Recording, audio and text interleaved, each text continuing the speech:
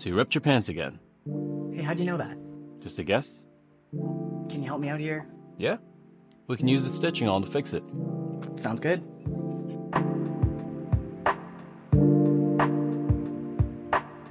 The stitching awl can go through a lot of materials, such as canvas, nylon, your camping tents, tarps, even leather. It's easy and portable. It's like a sewing machine in your pockets.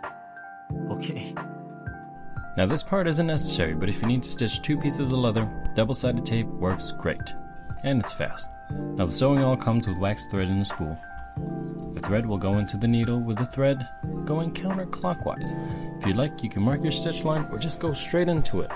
Poke it through the first hole, and then when you see here, we're just going to pull the one on the left side.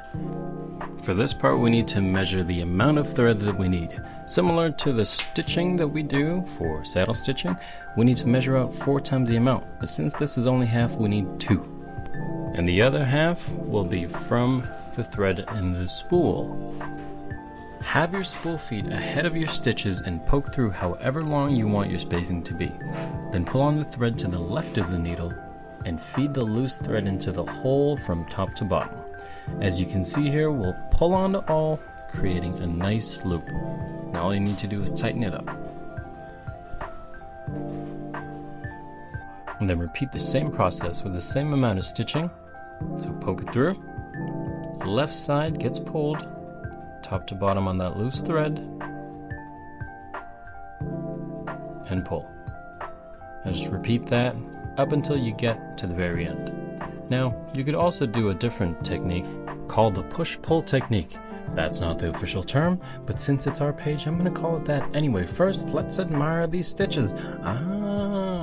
Now, for the push-pull, you push, you pull, it exposes the hole, now the thread goes in, and then you just do the same thing that we were doing. Very exciting. Now, same thing, we push it in again, here we go. We pull, we put the thread in, and then we pull again.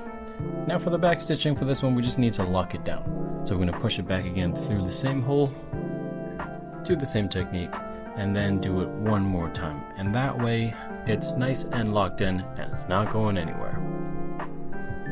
When you're done, just cut it, and burn it, push it down with a lighter, not your finger, very important. And that is it. Well done, everybody. Hey, just a sec. If you could click on the notification button so you don't miss anything from us, that would really be amazing. We'd really appreciate it. Now, back to the video. For this one, let's say you've ripped a sizable hole in your pants doing I don't know what. You don't need to tell me. And you needed to sew it up. From further embarrassment, here's a quick sewing technique. Once you fold through the rip, give yourself enough seam allowance for the hole to not rip through the fabric. Usually 3/8 of an inch or 1/4 should work.